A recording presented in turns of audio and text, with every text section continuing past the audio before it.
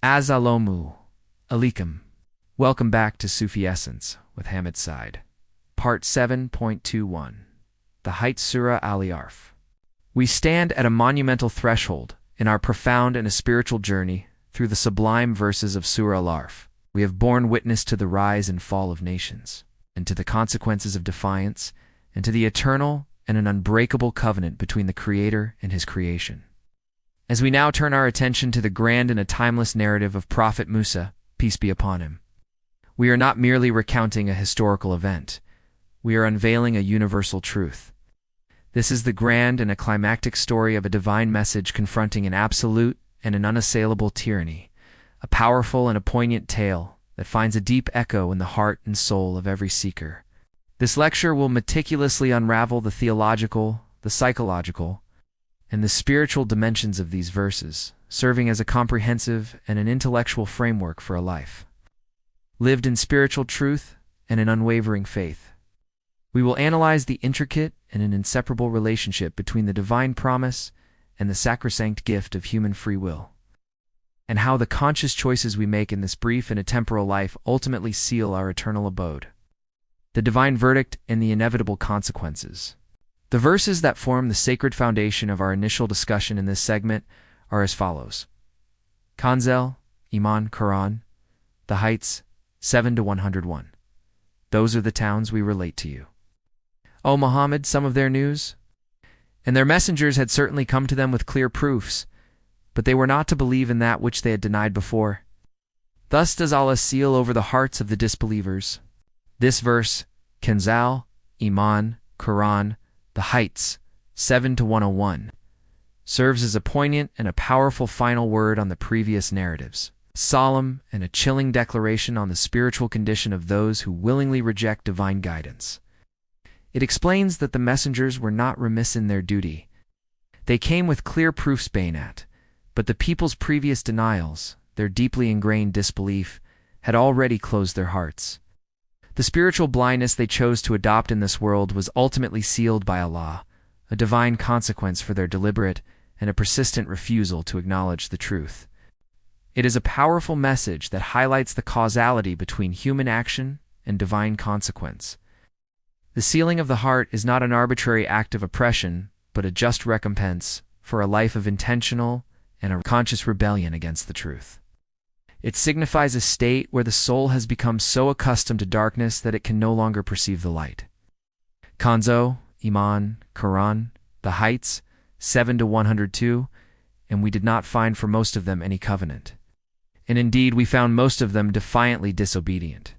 This verse, Kanzul, Iman, Quran, the Heights, 7-102, is a direct and a powerful statement that serves as a theological and a moral bridge between the stories of the past prophets and the story of Prophet Musa, peace be upon him.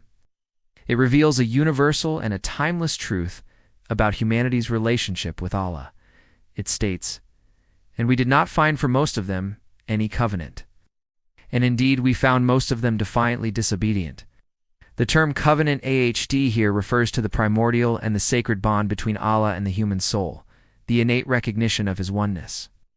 This verse laments that this covenant was broken by the majority of people, not out of ignorance, but out of a defiant and an intentional disobedience.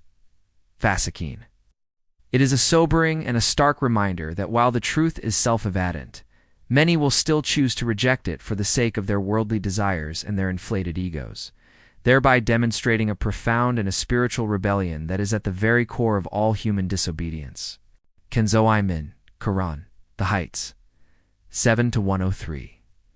Then, after them, we sent Musa Moses with our signs to fire around Pharaoh and his chiefs, but they wronged therein. So see how is the end of the corrupters. This verse, Kanzul, Iman, Quran, the Heights, 7-103, serves as a dramatic and a definitive introduction to one of the most significant and a frequently told narratives in the Quran. It states, then, after them, we sent Musa Moses with our signs to fire on Pharaoh and his chiefs, but they wronged therein. So see how was the end of the corrupters? Well, the phrase after them explicitly links the story of Prophet Musa, peace be upon him, to the fate of the previous nations. The narrative is not an isolated incident, but a continuation of the same divine pattern. Prophet Musa, peace be upon him, was sent with our signs by Odin, not just his own words, but with a direct and a tangible proof of divine authority. The phrase, "but they wronged therein," is a powerful and a concise summary of their response. They were not merely mistaken, they were actively and unjustly zalim and wrongdoers. A term that in Islamic theology signifies a deep and a profound spiritual darkness that is at the very core of their being. Sufi perspective. The inner pharaoh and the quest for spiritual freedom from a Sufi perspective. The story of Prophet Musa, peace be upon him, and Pharaoh is not merely a historical account, but a profound and a living allegory for the spiritual journey of every human being. The Sufi understands that the journey from the slavery of the nafs, the lower self, to the spiritual freedom of the ruh, the spirit, is the ultimate battle. The tyrant Pharaoh is the perfect and a powerful symbol of the nafsi amara, the commanding self, the part of the soul that commands us to evil, to arrogance, and to rebellion against Allah. This inner Pharaoh is constantly telling us, "I am your highest Lord." Ana Rabukum, Alele, a whisper that seeks to enthrone the ego and to make it the master of our spiritual kingdom.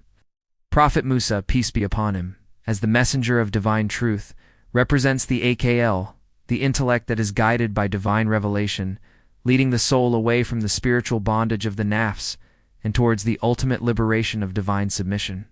The pursuit of spiritual freedom, as revealed in these verses, is the relentless struggle against the inner Pharaoh, the constant effort to humble the ego, and the unwavering commitment to the truth hack. That alone can set the soul free from the chains of shirk polytheism and a spiritual darkness. Commentary from Ziya-ul Quran. The wisdom of divine attributes and the nature of divine command. The Ziya-ul Quran commentary sheds a brilliant and a profound light on the theological and the spiritual dimensions of these verses. It highlights that the phrase "Allah seals over the hearts of the disbelievers" is not a preordained fate, but a divine consequence. The commentary explains that the word taba, stamping or sealing, is a divine response to a person's continuous and an intentional resistance to the truth. Just as a potter molds clay, so too does a person's repeated choices harden their own heart.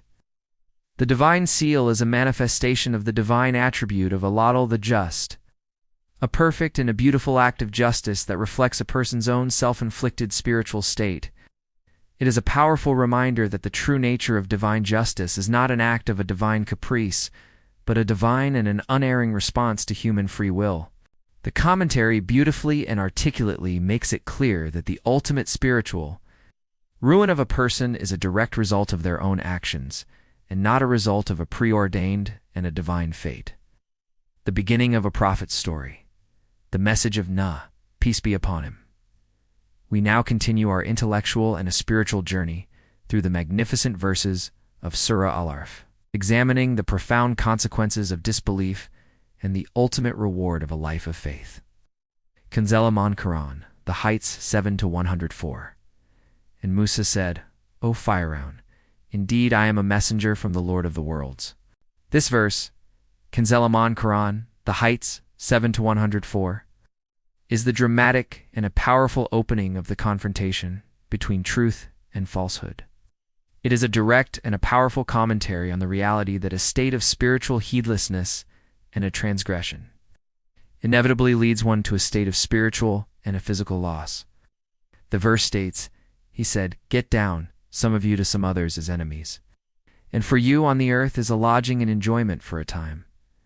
The prohibition of the tree was not an arbitrary denial, but a precise and a simple test of obedience, a singular boundary in a realm of infinite bounty. The verse then provides the profound and a spiritual reason for the command, "Lest you be among the wrongdoers." This is a sobering reminder that a person's spiritual state is a direct reflection of their inner intentions and their outward deeds, and that a single act of disobedience can cast a shadow upon the soul. Hadith with reference. The guidance of Allah and the unwavering nature of His promise. The Prophet, peace be upon him, taught with profound wisdom on the themes of these verses, emphasizing the importance of belief in the unseen and the immense reward of seeking the company of the sincere. The Prophet, peace be upon him, taught, The people of paradise will be the believers, and the people of hell will be the disbelievers. This hadith is found in Sahih al-Bukhari, hadith number 7476. This profound hadith directly relates to the verses on divine judgment. It provides a direct and a definitive answer to the question of a person's ultimate abode, confirming the divine truth that a person's spiritual state in this life determines their spiritual state in the hereafter. The Prophet, peace be upon him, also taught, every person will be held accountable for their deeds on the Day of Judgment.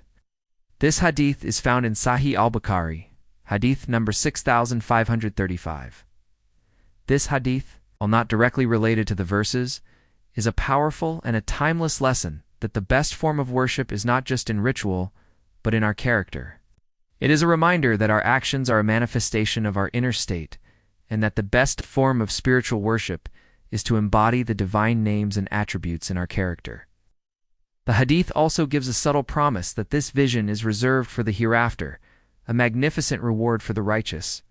The theological implications, the inevitability of judgment, and the rejection of free will. The verses in this section are a direct and a powerful refutation of the philosophical position that denies the existence of a day of judgment. They serve as an unequivocal statement that this life is not an end in itself, but a brief and a fleeting test for a greater and a more profound reality. The verses also serve as a subtle refutation of the philosophical position that a person's actions are not a result of their free will. The verses state that a person's spiritual blindness is not a result of a divine injustice, but a profound act of a spiritual self-destruction. The verses also serve as a beautiful reminder that a person's sincere efforts, no matter how insignificant they may seem, are known to Allah, and it is their sincere efforts that will be the ultimate source of their spiritual success. Our comprehensive analysis of the verses of Surah Al-A'raf reveals a profound and interconnected argument for the absolute oneness of Allah. The surah masterfully transitions from the ultimate futility of denying the hour to the ultimate absurdity of polytheism. It teaches us that this life is a brief and a fleeting test, and that true existence and a success lie in the hereafter. The verses beautifully illustrate the nature of spiritual blindness, which is a consequence of a willful denial, and they offer a profound lesson on the interconnectedness of all living things. The powerful and direct challenges to the polytheists in these verses serve as a timeless lesson for all who seek to remove the veil of heedlessness from their hearts and to return to the singular and everlasting light of Tawhid.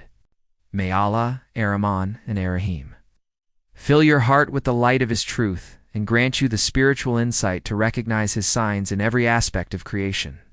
May He free your soul from the shackles of doubt and the chains of worldly attachment, so that you may stand before Him on the Day of Judgment with a pure and a tranquil heart. May He make your efforts a source of profound reward, and your channel a beacon of guidance for all who seek spiritual clarity. May He grant you the profound and an unwavering steadfastness on the path of truth. And may your work be a testament to His magnificent names, Ar-Rahman and Ar-Rahim.